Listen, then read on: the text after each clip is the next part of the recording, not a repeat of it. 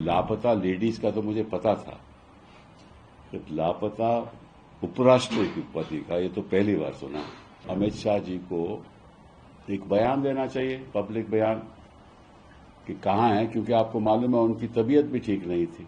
अब ऐसे मामले में मैं कहीं जाना भी नहीं चाहता, वो एफआईआर लिखवा दूं, किसी को बोलूं, ये भी नहीं अच्छा लगता। मैं आग्रह करूंगा गृह मंत्री जी से कि आप इतना तो बता दीजिए, आपके पास तो इतने साधन हैं और बांग्लादेशी को आप ढूंढ ढूंढ के वापस भेजते हो।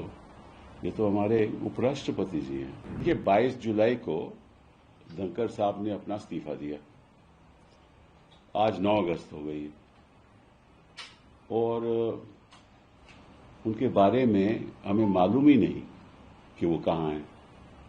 अब लापता लेडीज का तो मुझे पता था, कि लापता उपराष्ट्रपति का ये तो पहली बार सुना।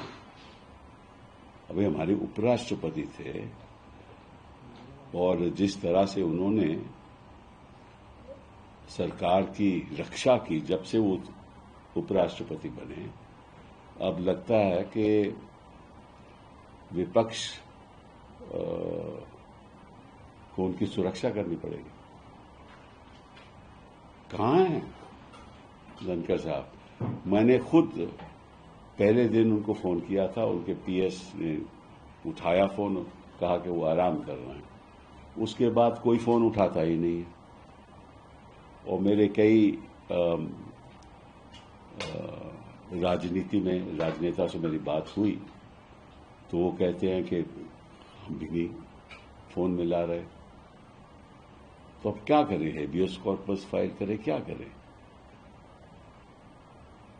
और इस बात की जानकारी तो होम मिनिस्ट्री को होगी ना।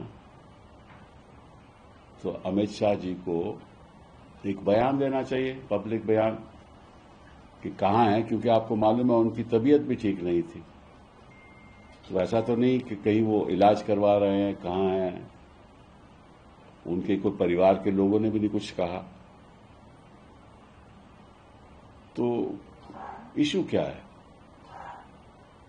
ऐसी बातें तो हमने दूसरे देशों में सुना था कि पता नहीं चला। अब हिंदुस्तान तो एक लोकतंत्र देश है ना, तो इसकी जानकारी जनता को मिलनी चाहिए। मेरे उनके साथ इतने अच्छे व्यक्तिगत संबंध थे, मेरे साथ हम वकील भी इकट्ठे थे, हमने कई केसेस भी आर्ग्यू किए। तो मुझे तो फिक्र है